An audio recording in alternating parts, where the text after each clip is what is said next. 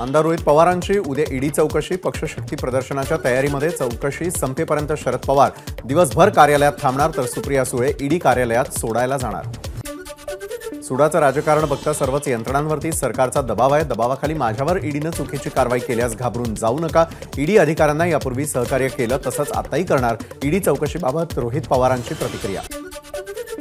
विधिमंडळामध्ये राष्ट्रवादी काँग्रेस आमदार अपात्रता सुनावणीला सुरुवात. शरद पवार गटाच्या जयंत पाटील तर अजित पवार गटाच्या अनिल पाटील यांची उलट तपासणी.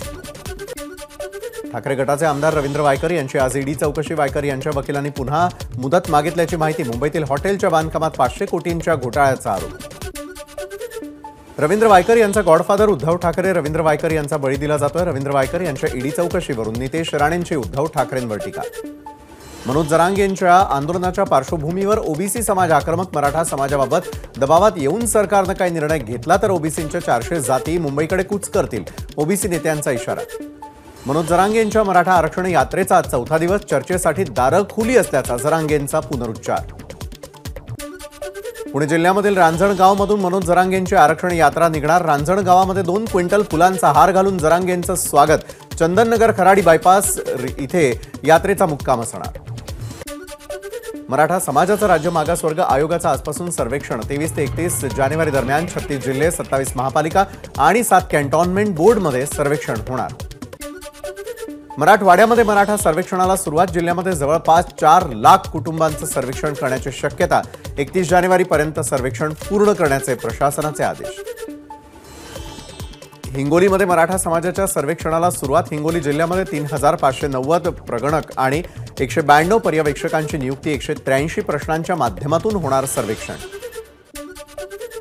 अधिकारी सर्वेक्षण करतायत ही चांगली गोष्ट आहे. मात्र मागासवर्ग सर्वेक्षण केल्यानंतरही आरक्षण टिकणार का याचं सरकारनं स्पष्टीकरण द्यावं. मनोज जरांगेंचं वक्तव्य. मराठा समाजाचं सर्वेक्षण करण्यात येणार ही आनंदाची बाब. मात्र आता सर्वेक्षण करताना कोणत्याही त्रुटी राहू नये याची काळजी घेतली पाहिजे. कुणालाही खुश करण्यासाठी घाई करू नका, अन्यथा पुन्हा न्यायालयामध्ये हे आरक्षण टिकणार नाही. छत्रपती संभाजीराजेंचं वक्तव्य. सरकारनं माझा बळी घेतला तरी मी तयार आहे, मात्र आरक्षण घेऊनच परत जाणार. मनोज जरांगेंचा सरकारला इशारा. मुंबईमध्ये येणाऱ्या मराठा आंदोलकांना कोणताही त्रास झाला तर सर्व मराठा एकवटेल. मनोज जरांगेंचं वक्तव्य. मराठा आंदोलनाविरोधातील याचिकेवर उद्या सुनावणी. मुंबईमधील मराठा आंदोलनाला विरोध करत गुणरत्न सदावर्तेंकडून मुंबई उच्च न्यायालयामध्ये फौजदारी रीट याचिका दाखल. एकविरा कार्ला येथील वॅक्स म्युझियममध्ये मनोज जरांगेंचा मेणाचा पुतळा. मावळ तालुक्यामधील कार्ला इथले अशोक म्हाळसकर आणि ऋषी म्हाळसकर या बापलेकांना मेणाचा पुतळा साकारला. मनोज जरांगेंनी केली रांजणगावच्या महागणपतीची आरती. सरकारला सुबुद्धी दे. जरांगेंचं बाप्पाकडे साकडं तर काही झालं तरी मुंबईकडे जाणार. जरांगे ठाम. किशोरी पेडणेकर यांना अटकेपासूनचा दिलासा कायम. पेडणेकरांच्या अटकपूर्व जामिनावरती 14 फेब्रुवारीला सुनावणी. कोरोना काळामधील कथित बॉडी बॅग घोटाळ्यामध्ये पेडणेकर आरोपी. नाशिकमध्ये ठाकरे गटाचं राज्यव्यापी अधिवेशन तर सायंकाळी 6 वाजता हुतात्मा अनंत कान्हेरे मैदानावरती उद्धव ठाकरेंची जाहीर सभा. कोरोना काळामधल्या घोटाळ्याची सुरुवात पीएम केअर फंडापासून झाली. पीएम केअर फंडाचीही चौकशी करा, उद्धव ठाकरेंची मागणी. शिवसेना पळवणाऱ्या वालीचा राजकीय वध करावा लागेल. उद्धव ठाकरेंचा सरकारवर इशारा. रामाचं जे शौर्य ते शिवसेनेचं शौर्य. रामाचा जो संयम तो उद्धव ठाकरेंचा संयम. संजय राऊतांकडून उद्धव ठाकरेंची श्रीरामाशी तुलना तर रावणाचा उल्लेख करत भाजपवरही निशाणा. संजय राऊतांनी यापूर्वी अनेक वेळा नाक कापून घेतलं, पण शूर्पणखेप्रमाणे त्यांचा अहंकार काही संपला नाही. येणाऱ्या निवडणुकीमध्ये जनता तुमच्या अहंकाराचं नाक कापल्याशिवाय राहणार नाही. नितेश राणेंचा संजय राऊतांवर हल्लाबोल. काल नाशिकमध्ये बहुरूपी फिरत होते तर आज नाशिकमध्ये बचत गटाची सभा सुरू आहे. ठाकरे गटाच्या अधिवेशनावर नितेश राणेंची टीका.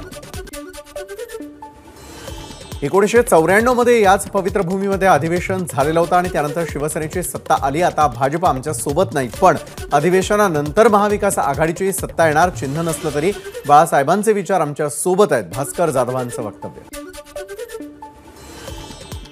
गेल्या 2 वर्षांमध्ये बेरोजगारी 60% 10% गेली आहे. उद्योग पळालेले आहेत, पण ते बंद होत आहेत. कामगारांना आर्थिक सुरक्षा नाही. नाशिकमधील ठाकरे गटाच्या अधिवेशनात अरविंद सावंतांचं वक्तव्य. शेतकऱ्यांची क्रूर चेष्टा करण्याचं काम सरकार करतंय. कांदा निर्यात बंदी, कापसाला भाव नाही आणि दुधालाही भाव नाही. एकूणच हे सरकार शेतकऱ्यांवर अन्याय करतंय. ठाकरे गटाच्या मेळाव्यामध्ये अंबादास दानवेंची सरकारवर टीका. देशवासियांचे पोट भरण्याचं काम मुंबई करते, पण सध्या मुंबईचं आर्थिक महत्त्व कमी करण्याचा प्रयत्न सुरू. ठाकरे गटाच्या मेळाव्यात अनिल देसाईंचं वक्तव्य.